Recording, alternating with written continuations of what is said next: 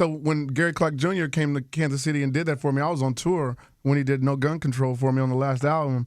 I was praying, you know, because I told him I wanted him to do a guitar solo, but I want him to sing the chorus, and I sent him some words that Chris had written before. I gave him a couple of words like, "This is the direction we're going, Gary," and he knocked it out of the park to me. You know what I'm saying? I don't know if it was all the way to your liking, but it was just different. I'm not saying that I didn't like it, but it was different because I sang it at a different rhythm. I sang mine felt like old 70s, and his was a little bit more bluesy. Yeah. So it wasn't bad. It was just different. Yeah. And sometimes when it's different, you got to kind of live with it for a second. So when I first heard it, I was like, I don't want to have to call these dudes like again. Yeah, he made it Big new Houston. I want to be like, just because we carrying guns don't mean it was good. It was good.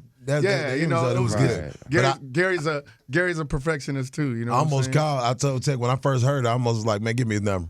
That ain't it, Gary. That ain't it. But it was good. No, I lived with it for a minute. These stories about how these projects and these songs come together, and people hear the finished product, and you know, it's so easy to download a record, $1.29, or you listen to it on a streaming service for free. You think and the hours and the conversations and the beat production and the mixing and the mastering, and you yelling at people on the phone, telling them it's not done right. You gotta get paid for that. Yeah, I was praying for Fragile. You know what I'm saying? When Kendrick was on tour and he hooked up somewhere at MGK's studio or something that night after his show. Wow. And he did the verse there. So I'm like, please, this has to be right because this can be something. People's going to love this. It's amazing. And when I got it, man, he's a perfectionist, man. K-Dot just murdered everything. We didn't have to move nothing. It was just perfect. No. But some people, man, you just can't believe that they must have killer engineers too because the stuff that I done got, man, we're going to have to move some big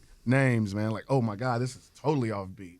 That's you know what I mean? And I try not to work with people who don't care, man. Right. You know, I've worked with people in the past that, you know, they would start my verse a bar later than it was supposed to start. I usually start after the one, like boom, because I don't like to bleed into the chorus. You know what I'm saying? I tailor my rhymes to let the chorus be its own thing and not rap all the way into the chorus or the chorus is ending and you all the way on top. I get that boom. You know what I'm saying? No, I'm probably like boom, you know what I'm saying? And just go after the one. You got some people that have me like before the one and it messes the whole rhyme up. Sliding your stuff, moving around. Like Man, like they engineers. Like when you do a feature. Yeah, when I do a feature and I send it out to people, you know, some of these guys, you know what I'm saying, they moving it around. They just have engineers that have no idea. Yeah. So, you know what I'm saying, the things that happen like that, when people hit me these days, like, yeah, we want you on another song, I'm like, yep.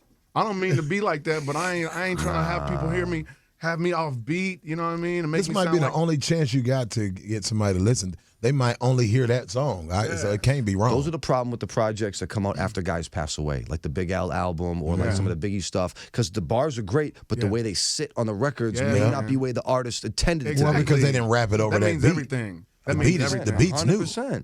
On the song I did with, and not to say I wouldn't do anything with these guys no more because this is my family. Right. But the song I did with Ill Bill and Everlast and the La Coca Nostra. La Coca, you know what I'm saying? There was a song called Only Time Will Tell. Yeah. My verse was kind of like they had it sitting to where it was slightly fast. And I was like, oh, because that verse is so dope, you know what I mean? But I never said anything because the fans can't tell. Right. You know what I'm saying? But when something is offbeat. But as you, though, when something's offbeat, I feel like my equilibrium is off. I can feel it. You know what I'm saying? Sometimes I hear things that my engineer don't hear. You know what I mean? That's how serious it is. But, you know, everything is competitive, man, and we try, no matter how big the people are, we try to get the best product ever, you know, as we can possibly get, you know what I'm saying? And we've done a good job at it. Amazing job.